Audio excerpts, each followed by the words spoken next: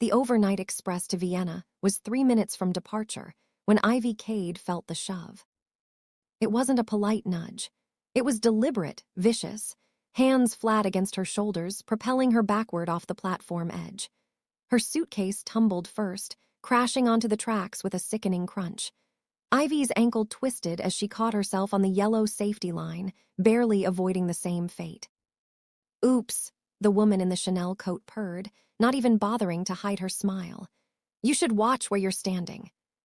Ivy looked up, vision swimming with rage and shock. Clarissa Holt. Of course. Her former college roommate, now a senior editor at the same financial magazine where Ivy had just been promoted over her. Clarissa's face was a mask of cold satisfaction, her stiletto heels clicking as she stepped over Ivy's splayed legs. "That position was mine," Clarissa hissed, leaning down. "And you're not getting on this train. Consider this editorial feedback." The platform was nearly empty.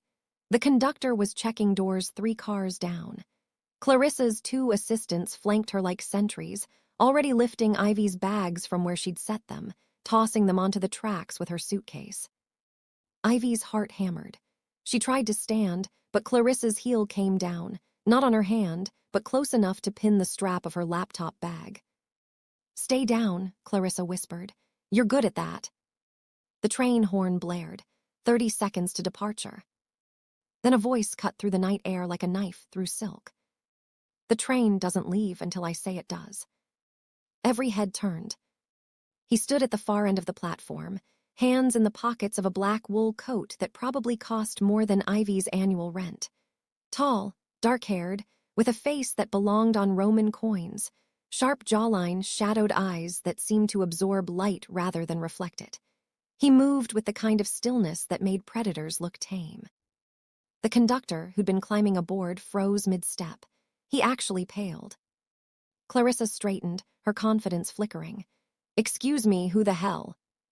The man didn't look at her. His gaze was locked on Ivy, still sprawled on the concrete. "Stop the departure," he said, voice low and even. Not a request, a command. The conductor fumbled for his radio. "All stations, hold departure. Repeat, hold departure." The train went silent. The engine that had been rumbling to life cut off. Up and down the platform, doors that had been closing swung back open. Passengers peered out, confused. The entire railway seemed to hold its breath. Clarissa's mouth opened, then closed. "You can't just—" "I can." He finally turned those dark eyes on her, and Ivy watched Clarissa actually take a step back. "And I am."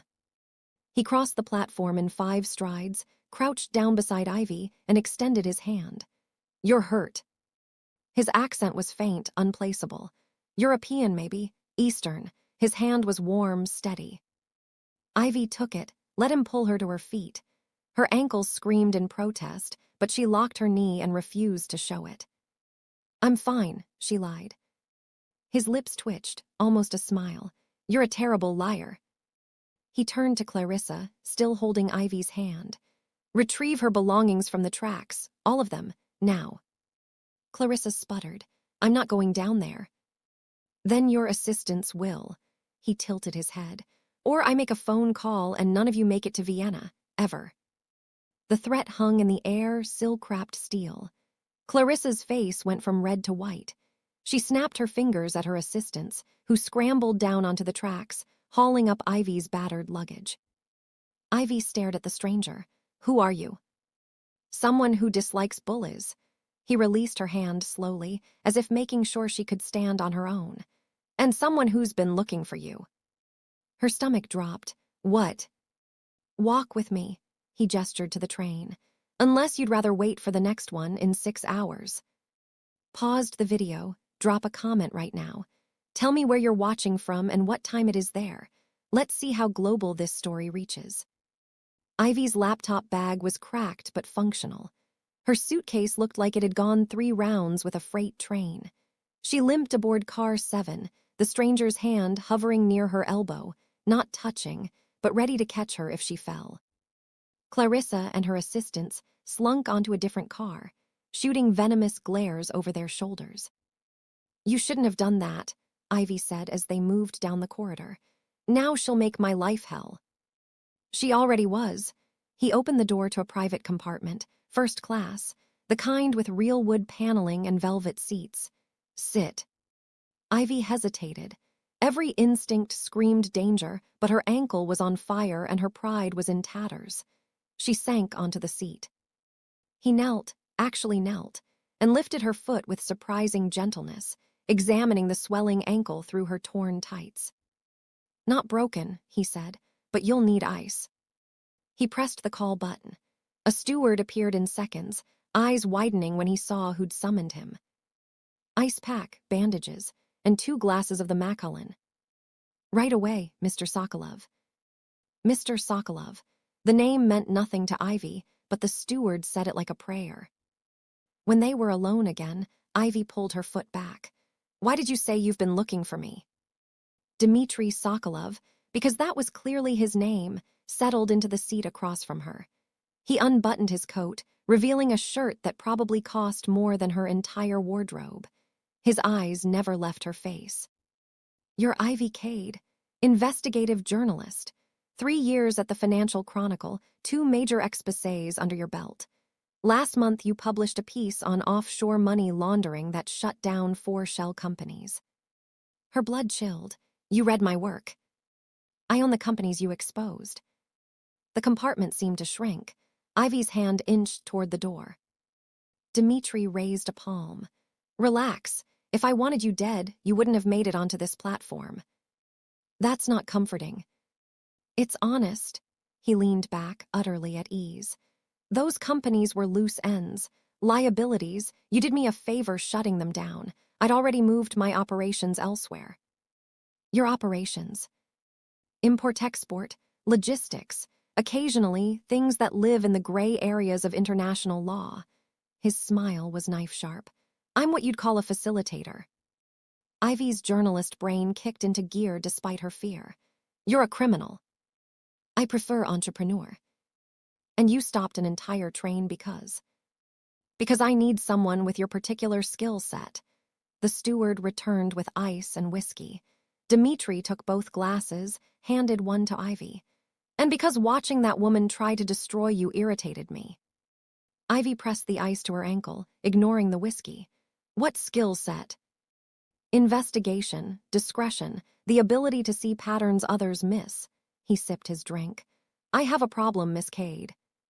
Someone inside my organization is leaking information to my competitors. Not just business details, locations, routes, names. People are dying. Then go to the police. His laugh was soft, humorless. The police would arrest me on sight. No, I need someone outside my world. Someone clean. Someone who knows how to dig without leaving fingerprints. And you think I'd help you because? Because you're curious. He tilted his head. Because you're ambitious. Because that promotion you just got came with a mandate to bring in a major story within 3 months or you're back to writing local business briefs. Ivy's breath caught. He'd done his homework. And, Dmitri continued, because I can give you the story of your career. Full access to my organization, all the proof you need after you find my leak. You get your exposé, I get my traitor. Everyone wins. Except the people you're probably trafficking. I don't traffic people. His voice went cold. I have lines I don't cross. Children, human cargo, chemical weapons, those are for monsters. I move money, art, occasionally political favors. Nothing that keeps me up at night. Ivy studied him. He believed what he was saying. That was somehow worse. Why me specifically? Because you're desperate. And because when Clarissa Holt tried to destroy you 3 minutes ago, you didn't cry. You got angry. Anger is useful. The train lurched into motion. Vienna was 8 hours away. Ivy had 8 hours to decide if she was willing to dance with the devil for the sake of her career. She picked up the whiskey, took a sip. It burned all the way down. What's the catch? Dimitri's smile was genuine this time and devastatingly handsome. You'll have to pretend to be my fiancée. The leak is close to me, inner circle only. You'll need a cover. Ivy choked on her drink. You're what? Fiancé, lover, partner, whatever sells the story. He leaned forward, elbows on his knees. I'm introducing you to my organization in Vienna. If you're just a journalist, you're a target. If you're mine, you're untouchable. You're insane. Probably, he extended his hand again. But I'm also your best option. Do we have a deal? Ivy looked at his hand, at his eyes, dark and unreadable, at the wreckage of her luggage and the bruises forming on her shins. She thought of Clarissa's smug face, of her editor's ultimatum, of the stories she'd never get to write if she stayed safe and small. She shook his hand. 2 months. You give me access, I find your leak. Then I write my story and we never see each other again. Deal. His grip was firm, warm. He held on a second too long. Welcome to the family, Miss Kade. Vienna was winter-wrapped and glittering when they arrived.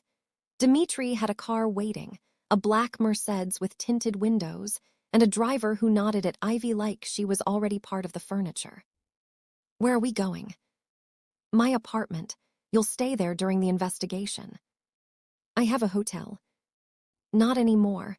He typed something on his phone. I've had your things moved. Trust is earned, Miss Kade, but proximity is required. Ivy bit back a retort. She'd agreed to this. The apartment was a penthouse overlooking the Danube. Floor-to-ceiling windows, minimalist furniture, art that probably belonged in museums.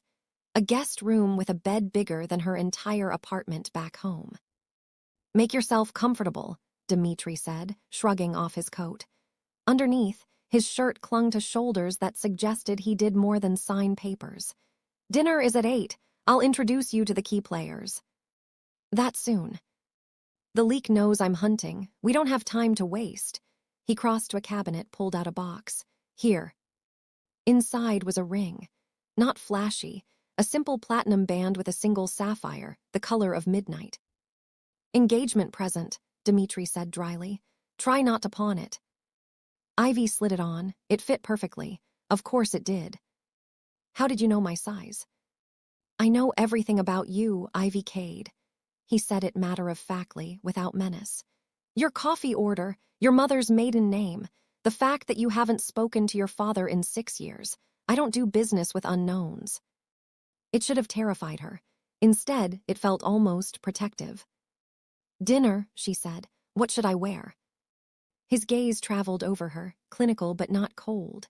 Something that says you belong. I'll have options sent up. The restaurant was underground. Literally. A wine cellar converted into a private dining room, accessible only through a bookstore that was closed to the public.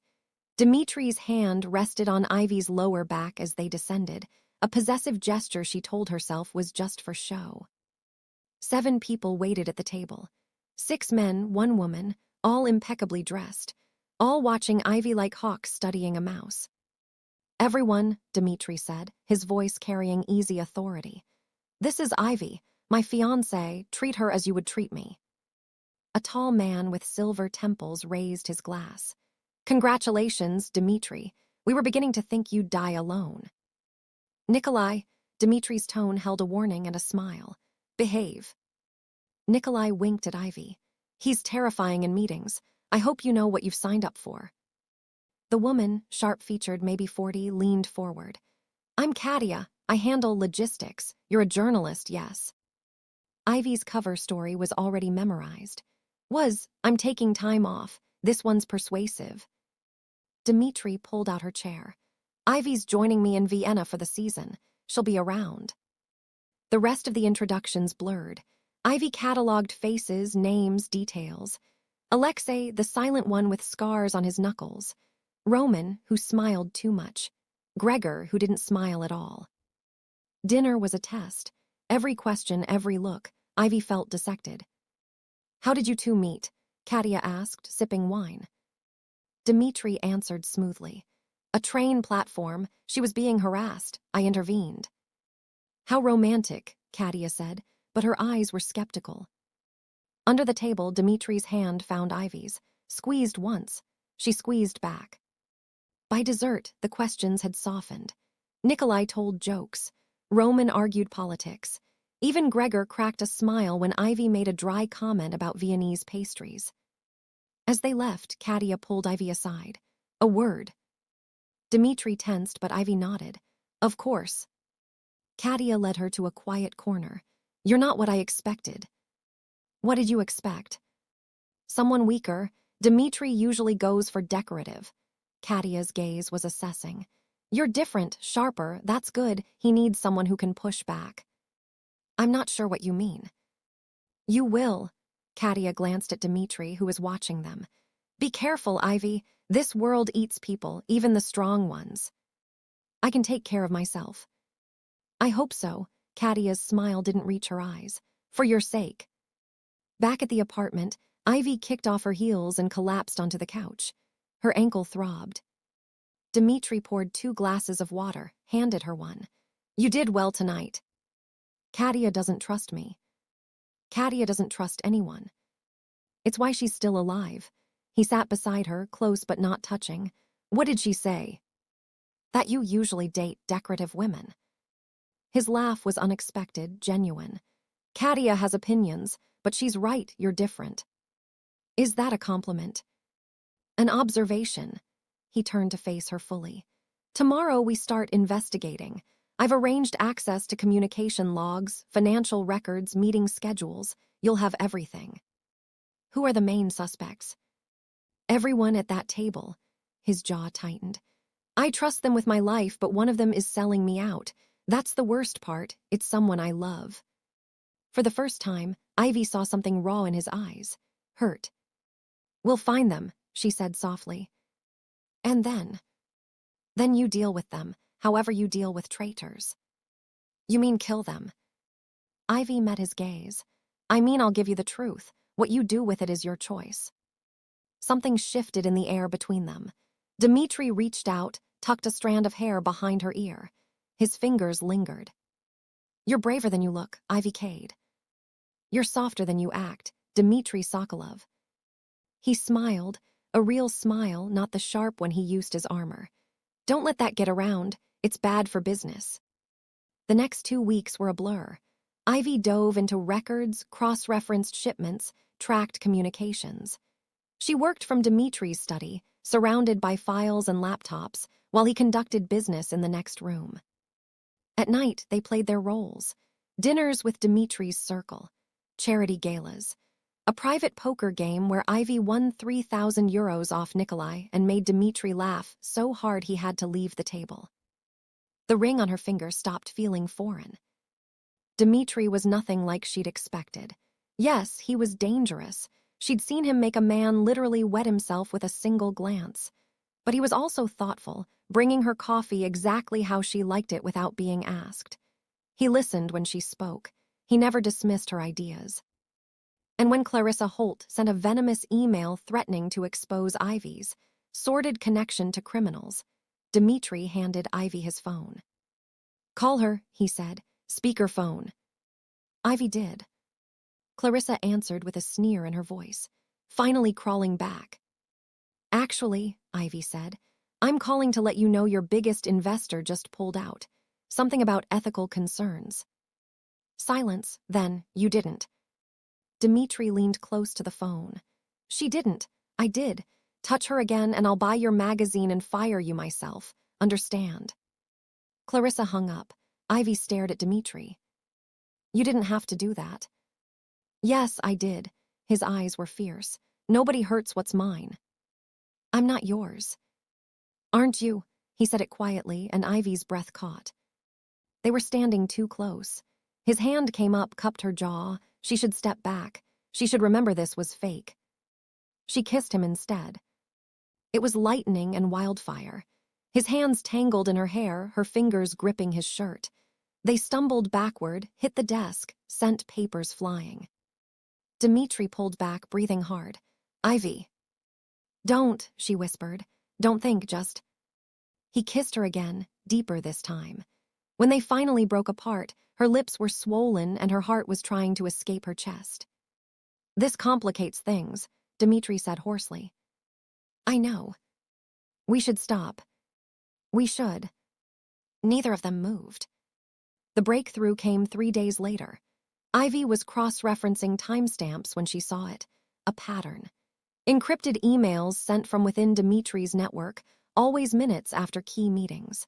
always from an IP address that rotated but traced back to the same physical location. Kadia's apartment. Ivy's stomach sank. She checked again, triple-checked. The evidence was damning. She found Dmitri in the kitchen, making breakfast. Shirtless because apparently he wanted to kill her. "It's Kadia." The spatula clattered into the sink. "What?" Ivy showed him the files, watched the blood drain from his face. "No, Kadia's been with me for 12 years. She's family." "Look at the data." He did for a long time. When he finally looked up, his eyes were empty. "She's my sister." Ivy's world tilted. "What?" "Half-sister, same father, different mothers. I brought her into the organization when she had nothing, trained her, trusted her." His voice was hollow. "Why would she do this?" "I don't know, but we need to confront her." "Not with me." "Dmitri." "She's dangerous, Ivy, if she knows she's caught." He stopped. "I won't risk you." "That's not your call." "Yes, it is." He grabbed her shoulders, gentle but firm. "I've lost too many people. I won't lose you." "You won't lose me." She covered his hands with hers. "But I'm coming with you. I found the leak. I finished the job." He searched her face, then nodded once. "Together." They arranged a meeting. Neutral ground, a cafe by the river, crowded enough to discourage violence. Kadia arrived exactly on time, her expression unreadable. She sat down across from Dmitri and Ivy, ordered coffee like this was a social call. "You found me out," she said calmly. "Took you longer than I expected." Dimitri's knuckles were white on his cup. "Why?" "Because you were supposed to protect me, Dmitri. After father died, you promised." Her voice cracked. "But you chose this life over me. You put the organization first, always." "I built this for us." "You built this for yourself." Kadia's composure shattered. "I was 19 when you brought me in. I didn't want this. I wanted a brother, not a boss." Tears streamed down her face. Ivy's chest ached. "So you sold me out." Dimitri's voice was raw. "Got people killed." "I gave you chances to walk away, to choose family over empire." Kadia wiped her eyes. "You never did." Silence stretched between them. Dmitri looked at Ivy and she saw the war in his eyes. Justice versus mercy, law versus love. "I'm not going to kill you," he said finally. "But you're out. New identity, new country. We never see each other again." Kadia blinked. "You're letting me go." "I'm giving you the life you wanted, away from this." He stood. "But if you ever come back, if you ever threaten my people again." "I won't." Kadia looked at Ivy. "Take care of him. He acts like stone, but he's not." "I know," Ivy said softly. Kadia left. Dmitri watched her go, his jaw tight. Ivy took his hand. "You did the right thing." "Did I?" He turned to her. "Or did I just prove I'm too weak for this life?" "You proved you're human." She squeezed his fingers. "That's not weakness." He pulled her close, buried his face in her hair. "What am I supposed to do now?" "We figure it out, together." 1 month later, Ivy's article went live. It wasn't the exposé she'd planned. Instead, it was a nuanced piece on the gray areas of international crime, the human cost of black markets, the impossible choices people make when the law fails them. She didn't name Dmitri. She didn't have to. The story spoke for itself. Her editor called it the best work she'd ever done. Clarissa Holt sent a one-line email. "You win." Ivy deleted it without responding.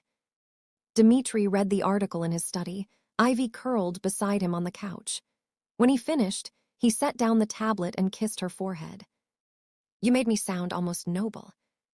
"You are, sometimes." She smiled against his shoulder. "When you're not being terrifying." "I'm retiring." Ivy sat up. "What?"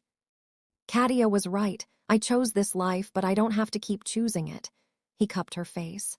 "I want something different with you, if you'll have me." "Are you proposing?" Ivy's heart raced. "For real this time?" "I'm offering you a choice." His eyes were soft, open. "Stay with me, build something new, or walk away, I'll understand." Ivy looked at the ring still on her finger. The sapphire caught the light, threw shadows on the wall. She thought of the train platform, the midnight departure, the moment her life split into before and after. "I'm not going anywhere," she whispered. Dmitri kissed her, slow and deep and full of promise. Outside, Vienna glittered in the twilight. Somewhere, Katia was starting over. Clarissa was nursing her defeat. The world kept spinning. But here, in this moment, Ivy Kade had everything she needed. A story worth telling, a man worth loving, and a future stretched out like an open road. The midnight train had stopped for her once. She didn't need it to move again. She was already home. If this story pulled you in from start to finish, hit that subscribe button so you never miss the next one. Your support keeps these worlds alive. See you in the next story.